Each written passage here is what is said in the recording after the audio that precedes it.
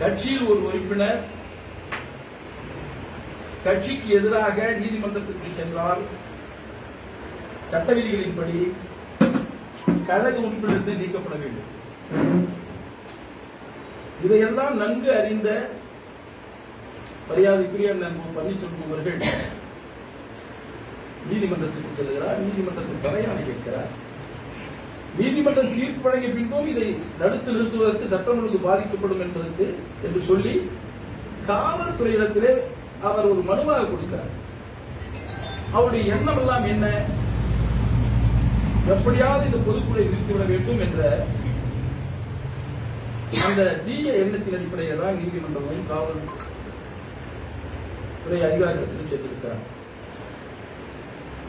அப்படிப்பட்ட மரியாதைக்குரிய பன்னீர்செல்வம் அவர்கள் இணை ஒழுங்கிணைப்பாளருக்கு இந்த கடிதம் எழுதுவதற்குரிய தார்மீக உரிமையை இழக்கிறார் என்று நான் ஜூலை 11ஆம் தேதி அடுத்த பொதுக்குழு கூட்டம் இருக்குங்க. இதை நடத்தக்கூடாது அப்படின்னு சொல்லிட்டு ஓபிஎஸ் அவர்கள் தரப்பில் மேல்முறையீட்டுக்கு போனாங்க. ஆனால் நீதிமன்றம் அந்த விளக்க விசாரணைக்கு எடுத்துக்கொள்ளலாம். இது ஏற்கனவே சொன்னேன். ஒரு கட்சியுடைய உறுப்பினரே நீதிமன்றத்திற்கு போனால் கட்சி உறுப்பினரிலிருந்து அடிப்படை உறுப்பினரிலிருந்து எடுக்க வேண்டும். இதை நன்கு அறிந்து ஏற்கனவே நீதிமன்றம் ஒரு தீர்ப்பு வழங்கிவிட்டது. 11ஆம் தேதி 23ஆம் தேதி பொதுக்குழு நடத்தலாம். மேல்முறையீடாக இவர்கள் செல்கிறார்கள். அங்கேயும் அந்த நீதிபதிகளும் என்ன சொல்கிறார்கள்? நீங்கள் பொதுக்குழுவை நடத்தலாம், ஆனால் அஜெண்டாவில் இருக்க தீர்மானங்கள் 23 மட்டும்தான் நீங்கள் நிறைவேற்ற வேண்டும் என்று நீதிமன்றம் ஒரு தீர்ப்பை வழங்குகிறது.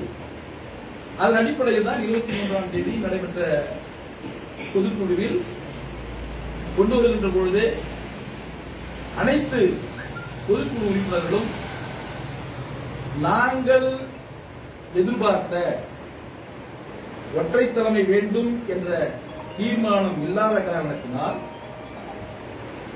நீங்கள் கொண்டு வருகின்ற 23 தீர்மானங்களையும் நாங்கள் நிராகரிக்கிறோம் என்று ஒட்டுமொத்தமாக கூறினார்கள்.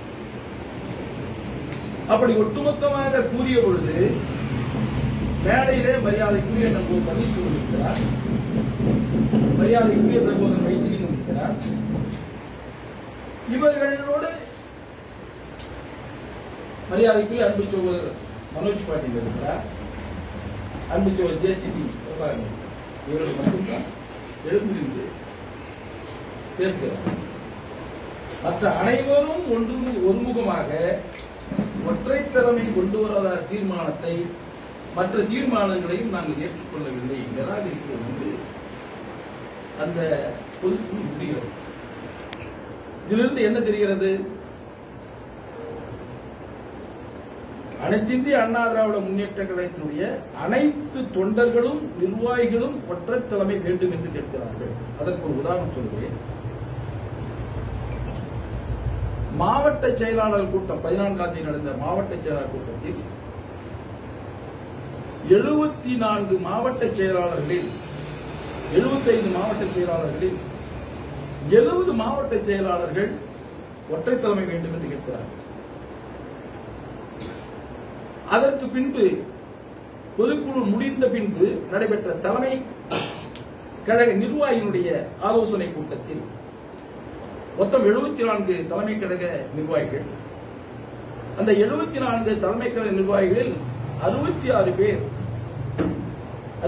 பேர் அந்த நிகழ்ச்சி அந்த ஆலோசனை கூட்டத்தில் கலந்து கொள்கிறார்கள்.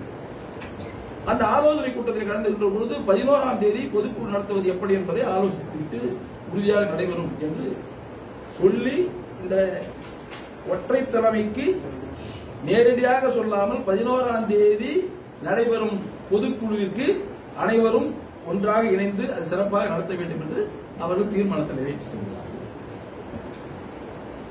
அதற்கடுத்தபடியாக ஒரு ஜனநாயக நாட்டில் அது தேர்தலாக இருந்தாலும் சரி, கட்சியினுடைய பலமாக இருந்தாலும் சரி, எண்ணிக்கையின் அடிப்படையில் தான் அதனுடைய செல்வாக்கு உயரும். நேற்று கூட எண்ணிக்கையின் அடிப்படையில் தான் மகாராஷ்டிரா சட்டமன்றம் கவிழ்ந்திருக்கிறது. ஆனால் தமிழகத்தில் அனைத்து இந்திய அண்ணா திராவிட முன்னேற்ற கழகத்தில் 66 சட்டமன்ற உறுப்பினர்கள் இருக்கிறார்கள். 66 சட்டமன்ற உறுப்பினர்களில் 63 சட்டமன்ற உறுப்பினர்கள் ஒற்றை தலைமையை ஏற்றுக்கொள்வதற்கு அவர் தயாராக இருக்கிறார். அந்த ஏற்றுக்கொள்ளாத 3 சட்டமன்ற உறுப்பினர்கள் யார் என்று உங்களுக்கே தெரியும். அதையும் கூறிவிடுகிறேன். மரியாதைக்குரிய அண்ணன் ஓ பன்னீர்செல்வம், அன்பு சகோதரர் வைத்திலிங்கம், இவருடைய அன்பு சகோதரர் PH மனோஜ். தலைமை கழக நிர்வாகிகள் 74 பேரில் 70 பேர் ஆதரிக்கிறார்கள். 64 பேர் வருகிறார், 6 பேர் கடிதம் கொடுக்கிறார்கள். உடல்நலத்துறையில் நாங்கள் ஆதரிக்கிறோம். சட்டமன்ற உறுப்பினர்கள் 66 பேரில் 63 பேர் ஏகமனதாக ஆதரிக்கிறார்கள். அதே போல மாவட்ட செயலாளர்கள் 75 மாவட்ட செயலாளர்கள் 70 மாவட்ட செயலாளர் ஆதரிக்கிறார்கள். அதே போல பொதுக்குழு உறுப்பினர்கள், அதுதான் ஒரு கட்சியினுடைய உயிர்நாள்.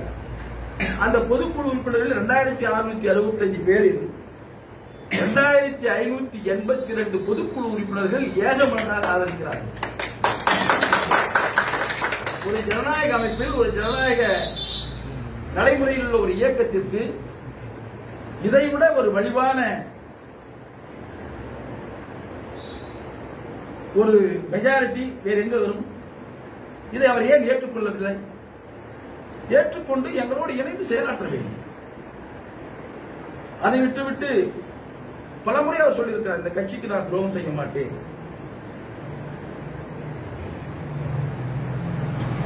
ஆனால் புரட்சித் தலைவி அம்மா காலத்தில் அவர் உயிரோடு இருந்த பொழுது ஒரு நிகழ்ச்சியை சொல்லுகிறேன், இவருக்காக சொல்லுகிறேன். 99 என்று கருதுகிறேன். பெண்ணாகரத்துடைய ஒன்றிய செயலாளர் TR அன்பழகன் அவர்கள் ஒகேனக்கலில் ஒரு நிகழ்ச்சியில், உறவினர் நிகழ்ச்சிக்கு செல்கிறார். அதில் பின்புறம் சூரியன் மறைந்திருக்கிறது. இவருக்கு தெரியவில்லை. போய் நின்று விட்டு வந்து விடுகிறார். உதயசூரியன் மறைந்திருக்கிறது, திமுக சிம்பல். அதை இவர் மீது கோபமுள்ள சேர்ந்தவர் சில நிர்வாகிகள் புரட்சித் தலைவர் அம்மாவிடத்தில் தெரிவிக்கிறார்கள். அதை பார்த்து உடனே அவர்கள் என்ன முடிவெடுக்கிறார்கள்? அதிமுக தொண்டன் ஏன் இங்கே சென்றார்? கட்சியிலிருந்து எடுத்து விட்டார். கட்சியிலிருந்து புரட்சித் தலைவர் அம்மா அவர்கள் எடுத்து விட்டார். ஒன்றிய பதவி எடுத்து விட்டார். நாங்கள் ஒரு கடிதம் கொடுத்த பின்பு மீண்டும் அழைக்கிறார்கள். அழைத்து கடுமையாக பேசுகிறார்கள். அப்ப சொல்லுகிறார் புரட்சித் தலைவர் அம்மா அவர்கள் மிக மிக தெளிவாக எங்கள் நிறுவனத்தில் கூறுகிறார். என்ன என்று சொன்னால், அன்பழகன், நான் இந்த கட்சியினுடைய பொதுச் செயலாளர். இந்த கட்சியினுடைய பொதுச் செயலாளர் திரு கருணாநிதியினுடைய குடும்ப நிகழ்ச்சிக்கு நான் சென்றால் அதிமுக தொண்டன் என்னை ஏற்றுக்கொள்வானா?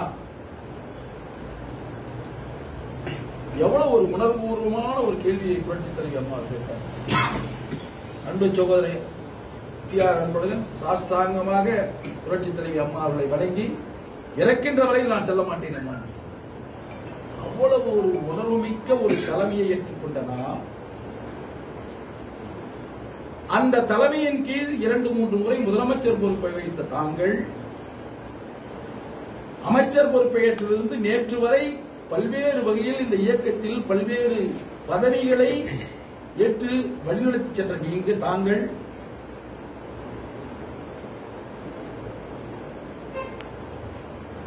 திராவிட முன்னேற்ற கழகம் ஆட்சி பொறுப்பில் ஏற்ற பின்பு கவர்னர் நிகழ்வுக்கு பின்பு அனைவரும் நாங்கள் வெளியே வந்துவிட்டோம். தாங்கள் முதலமைச்சரோடு சென்று தேநீர் அருந்துகிறீர்களே, அதிமுக தொண்டன் என்ன நினைப்பார் என்று நீங்கள் நினைக்கவில்லையா? சட்டமன்றத்திலே எங்களுடைய தந்தை பராசக்தியினுடைய கதைவசனத்தை போற்றி வைத்துக் கொண்டிருக்கிறார். நாங்களும் அவர்களுடைய ரசிகர்கள் என்று சொல்லீர்களே, தொண்டன் எப்படி ஏற்றுக்கொள்வார்? அதோடு மட்டுமல்ல,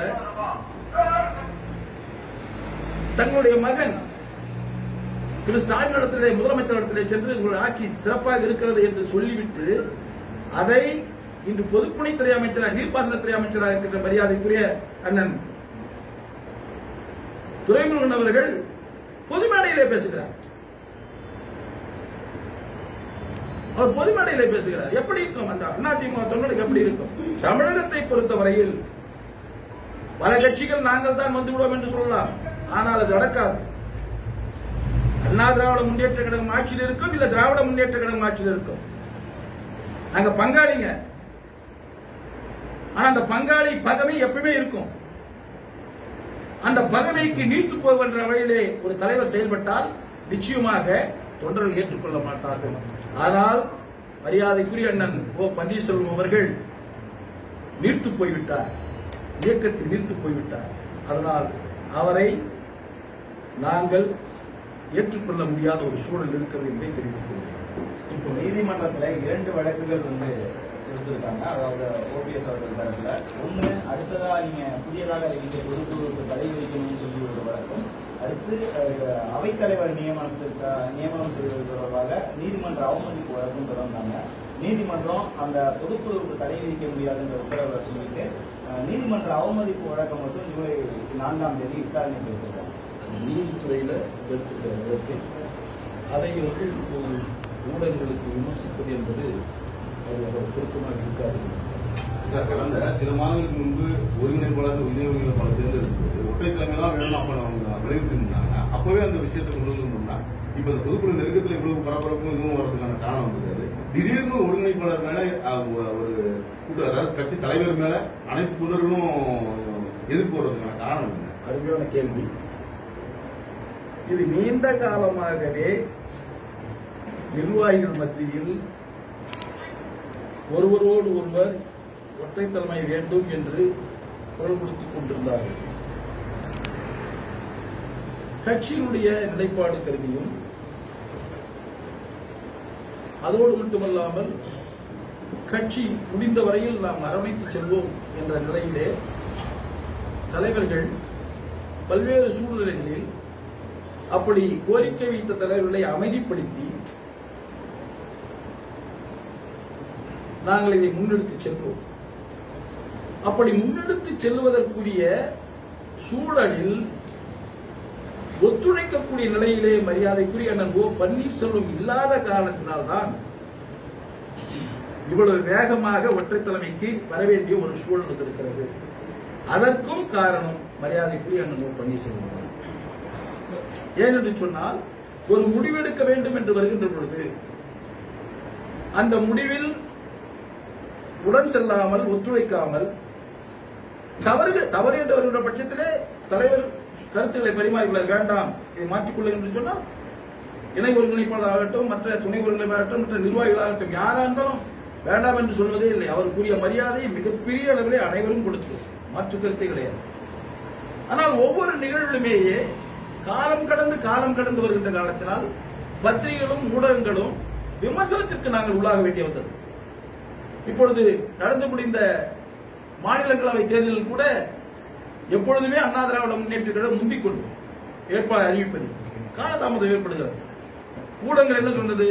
அவர்களுக்குள்ளே ஒரு ஒற்றுமை இல்லை, அவர்களால் முடிவு செய்ய முடியவில்லை.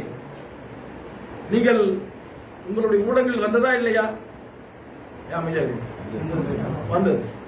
இது போன்ற விமர்சனங்கள் தொடர்ந்து வரக்கூடாது என்பதற்காகத்தான் முடிவாக ஒற்றைத்தன்மை வர வேண்டும் என்று நாங்கள் முடிவெடுத்தோம்.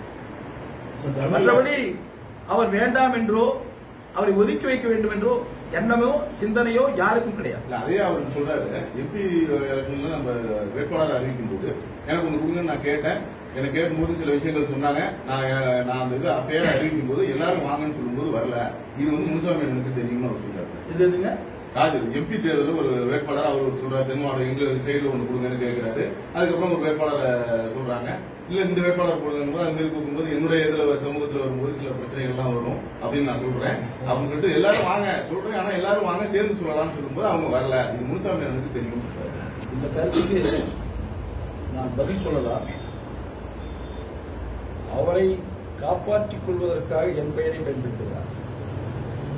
ஆனால் என்னை காப்பாற்றிக் கொள்வதற்காக அவர் பெயரை, அவருடைய மரியாதையை நான் குறைக்க விரும்பவில்லை. இது என்னுடைய நிலைப்பாடு. உள்ளாட்சி அமைப்புகளுக்கான இடைத்தேர்தல் அதிமுக உள்ளாட்சி அமைப்பு தேர்தலில் ஏற்கனவே நடைபெற்ற உள்ளாட்சி தேர்தலில்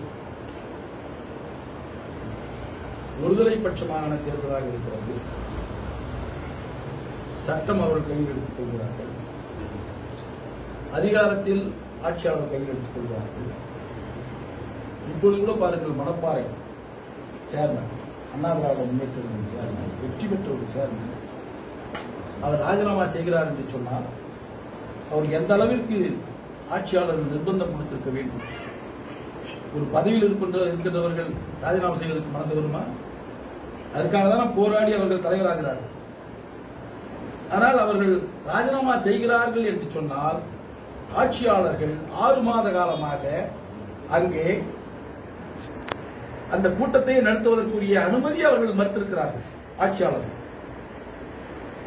அவர்களால் எதையும் செய்ய முடியாத பட்சத்தில் தான் ராஜினாமாவே செய்யக்கூடிய ஒரு நிலைமை வருகிறது. அப்படிப்பட்ட ஒரு தேர்தலை நடத்தக்கூடிய இந்த ஆட்சியில் ஜனநாயகம் கிடைக்குமா, ஜனநாயக மூலமாக வெற்றி கிடைக்குமா என்று தெரியாத காலத்தில் தர்ம யுத்தம் நடந்தது போது, தர்ம யுத்தத்தின் போது திரு OPS அவர்கள் பக்கத்தில் பக்கபலமா இருந்து இரு தலைவர்களுடைய பிரச்சனையும் தீர்த்து சிறப்பாக கொண்டு போயிட்டு சேர்த்து வச்சுங்க. ஆனால் இப்பொழுது எடப்பாடி பழனிசாமி அவர்கள் பக்கம்தான் துணை ஒருங்கிணைப்பாளர் இருக்காரு. இது பற்றி உங்களுடைய கருத்து, பொதுமக்கள் கருத்து சொல்றாங்க. ஏன் அப்படி நிலைப்பாடு மாறிடுச்சு கேட்கிறாங்க சார். அண்ணா திராவிட முன்னேற்ற கழகம் என்ற ஒரு பெரிய இயக்கம் 50 ஆண்டு காலமாக புரட்சித் தலைவர் எம்ஜிஆரால் கண்டுபிடிக்கப்பட்ட இயக்கத்தின் வாயிலாக 50 ஆண்டு காலமாக இந்த மக்களுக்கு சேவை செய்து கொண்டிருக்கின்ற மாபெரும் இயக்கம். இந்த இயக்கத்தில் இருக்கின்ற 1.5 கோடி தொண்டர்களில் கடைசி தொண்டர் நான். என்னை பொறுத்தவரையில் இந்த இயக்கம் வலிவோடும் துணிவோடும் தாங்கள் ஏற்றுக்கொண்ட தலைவருடைய கொள்கையோடும் வீடு நடை போட வேண்டும் என்ற கொள்கையுடையவன். அதன் அடிப்படையிலே தான் புரட்சித் தலைவி அம்மா மறைவுக்கு பின்பும் கூட ஒரு ஆதிக்க சக்திகள் இந்த கட்சியை கைப்பற்றக்கூடாது என்பதற்காக போராடினோம். அந்த போராட்ட களத்தில் நான் மரியாதைக்குரிய பன்னீர்செல்வம் இணைந்து போராடினேன். அப்படி போராடிய பொழுது எதிர்த்தரப்பிலே முதலமைச்சராக மரியாதைக்குரிய அன்பு சகோதரர் எடப்பாடி பழனிசாமி பல்வேறு சூழலில் கருத்து பரிமாற்றங்களை ஏற்படுத்தி மீண்டும் இணைந்து இந்த இயக்கத்தை மிக வலிவோடு நாம் எடுத்துச் சென்றோம். அதிலே யார் பக்கம் இருக்கிறார்கள் என்பது முக்கியமல்ல. நாம் இந்த இயக்கத்தை சிதறவிடாமல் நாம் அணில் போல் ஏதாவது செய்ய முடியுமா என்று மட்டும்தான் என்னுடைய பணி இருந்தது. இன்று கூட இந்த இயக்கம் சிறப்பாக இருக்க வேண்டும் என்பதற்காக அனைவரும் ஒத்த தலைமை வேண்டும் என்று நீண்ட காலமே கூறியிருந்த கருத்தில் எனக்கும் இந்த சூழ்நிலைகள் மாறி மாறி வருகின்ற பொழுது இனி எதிர்காலத்தில் ஒற்றை தலைமை வந்தால்தான் திராவிட முன்னேற்ற கழகத்தை நம்மால் எதிர்க்க முடியும் என்ற உணர்வு வந்தபொழுது நாம் ஏற்றுக்கொள்வோம். அங்கே மரியாதைக்குரிய அன்பு சோழர் எடப்பாடி பழனிசாமி இருக்கிறார், ஏற்றுக்கொள்வோம். மாறாக இன்னொருவர் இருந்தாலும் நாங்கள் ஏற்றுக்கொண்டிருக்கிறோம். ஆனால் இங்கே இருந்தோம் அங்கே இருந்தோம் என்பது முக்கியமல்ல.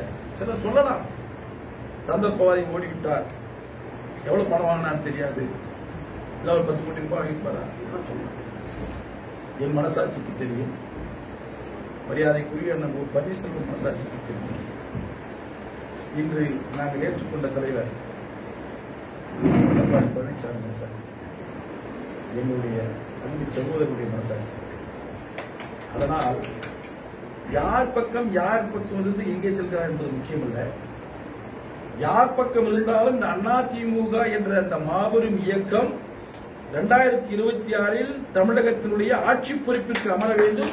நான் இன்றைக்கு எதிர்க்கட்சி எடப்பாடி பழனிசாமி தமிழகத்தினுடைய முதலமைச்சராக வேண்டும். அதுதான் எங்களுடைய தொலைநோக்கு சிந்தனை, எங்களுடைய கோல். அதை நோக்கி இந்த இயக்கம் பயணிக்கும். சார், ஒற்றை தலைமை தேர்தலில் போட்டியிடுவதற்காக ஏஃபார்ம் பிஃபார்ம் அனுப்புமாறு ஓபிஎஸ் அவர்கள் அனுப்பின கடிதத்தை எடப்பாடி அவர்கள் திருப்பி அனுப்பினதாகவும் திட்டமிட்டு எடப்பாடி அவர்கள் மீது ஒரு கட்டமைப்பை உருவாக்க ஓபிஎஸ் நினைக்கிறது, அதாவது தேர்தலில் போட்டியிடாததுக்கு எடப்பாடி காரணம் என்ற ஒரு கட்டமைப்பை ஓபிஎஸ் உருவாக்க நினைக்கிறதா பரவலாக. இதுக்கு முதலே நான் பதில் சொல்லிட்டேன். இந்த கடிதம் அழுத்துவதற்கே தார்மீக உரிமை மரியாதைக்குரிய அண்ணன் பன்னீர்செல்வத்திற்கு கிடையாது. கடிதம் அனுப்புறதுக்கு அவங்க ரைட்ஸ் இல்லை.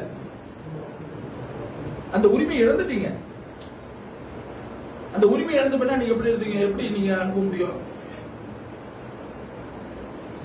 அது எந்த இடத்துல நீங்க உரிமை இழக்கிறீங்க? திமுக தலைவர்களோடு நெருங்கி இருக்கிறீர்கள். சட்டமன்றத்திலேயே எதிர்க்க வேண்டியவரை ஆதரித்து பேசுகிறீர்கள்.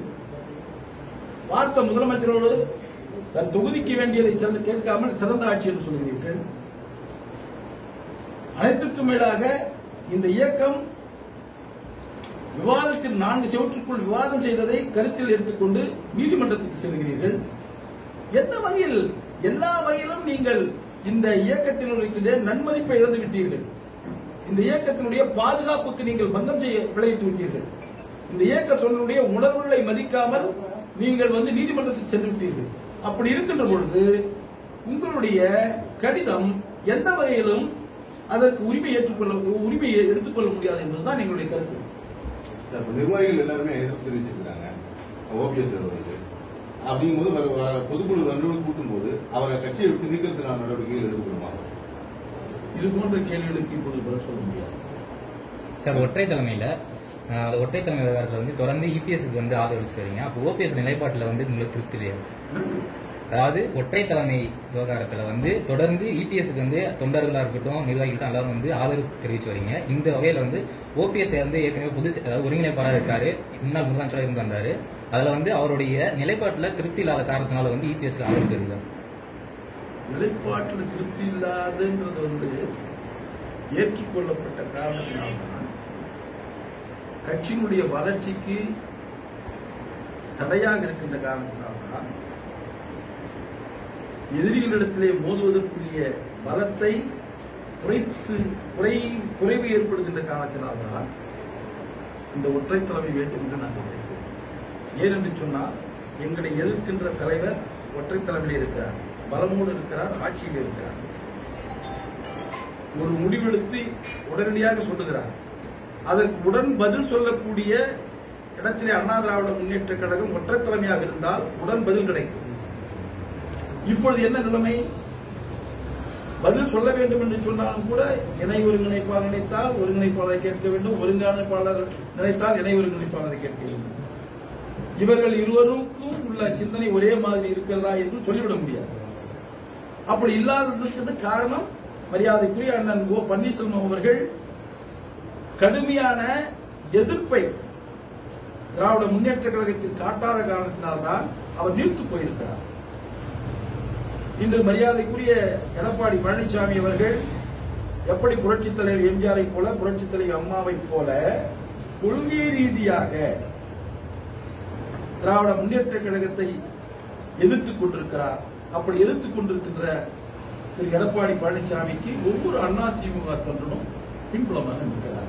அவைத்தலைவர் நியமனம் தேர்தல் ஆணையம் மூலம் சட்ட ரீதியாக அங்கீகரிக்கப்பட்டதா? அடுத்த பொதுக்குழுக்கு முன்னாடியே அதை சட்ட ரீதியாக அங்கீகரிக்க பணிகள் பொதுக்குழுவில் 2583 பொதுக்குழு உறுப்பினர்களால் தீர்மானிக்கப்பட்டு அறிவிக்கப்பட்ட அவைத்தலைவர் அவர் தொடர்பு.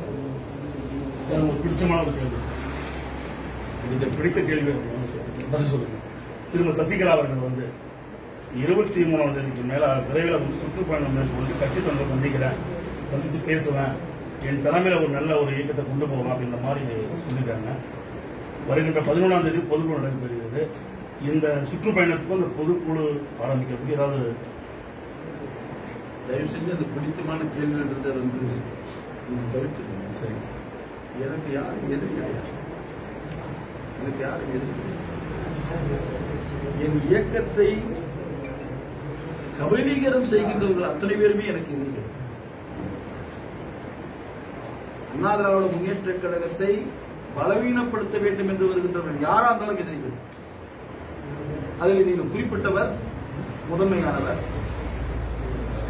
அநேகமாக இப்பொழுது இந்த இயக்கத்தை பலவீனப்படுத்திக் கொண்டிருக்கின்ற யாராக இருந்தாலும் எனக்கு எதிரிகள் தான். சார், 11ஆம் தேதி பொதுக்குழுவில் பொதுச் செயலாளர் பதவி மட்டும் தேர்ந்தெடுக்கப்படுமா அல்லது இந்த பொருளாளர் குழு உள்ளிட்ட பதவிகளும் தேர்ந்தெடுக்கப்படும்? அது பொதுக்குழுவில் நடக்கக்கூடிய கட்சியினுடைய உட்கட்சியினுடைய கருத்துக்கள் ஊடகங்களில் இப்போது சொல்ல முடியாது. சார், தற்போது நடந்து முடிந்த இந்த பொதுக்குழுவில் 23 தீர்மானம் ரத்து செய்த நிலையில அனைத்து பொறுப்புகளும் ரத்து செய்யப்பட்டதாக கூறப்படுது சார். அதை பற்றி அதாவது இப்ப நடந்து முடிந்த பொதுக்குழுவில் 23 தீர்மானம் ரத்து செய்யப்பட்டது. அந்த ரத்து செய்யப்பட்டதன் காரணமா அனைத்து பொறுப்புகளும் ரத்து செய்யப்பட்டதா ஓபிஎஸ் தரப்பு குறிப்பிடுறாங்க. முதல் கேள்வியே முதல்ல ஒற்றை தலைமை தீர்மானம் கொண்டு வராத காரணத்தினால் எந்த அனைத்து தீர்மானங்களையும் நாங்கள் ஏற்றுக்கொள்ள முடியாது என்று நிராகரித்திருக்கிறார்கள். சரியா? அந்த தீர்மானம் வருகின்ற போது எந்தெந்த தீர்மானங்கள் அதில் உடனேறும், எந்தெந்த தீர்மானங்கள் வெளியேறும் என்பதை அந்த பொதுக்குழுவால் அங்கீகரிக்கப்பட்டு ஊழல்களுக்கு கொடுக்கப்படும். அதுக்கு முன்பு எங்களால் அதை பற்றி விமர்சனம் செய்ய முடியாது. இந்த வீடியோ உங்களுக்கு பிடிச்சிருந்தா ப்ளீஸ் லைக் அண்ட் ஷேர் பண்ணுங்க. மறக்காம எங்க சேனலை சப்ஸ்கிரைபும் பண்ணுங்க.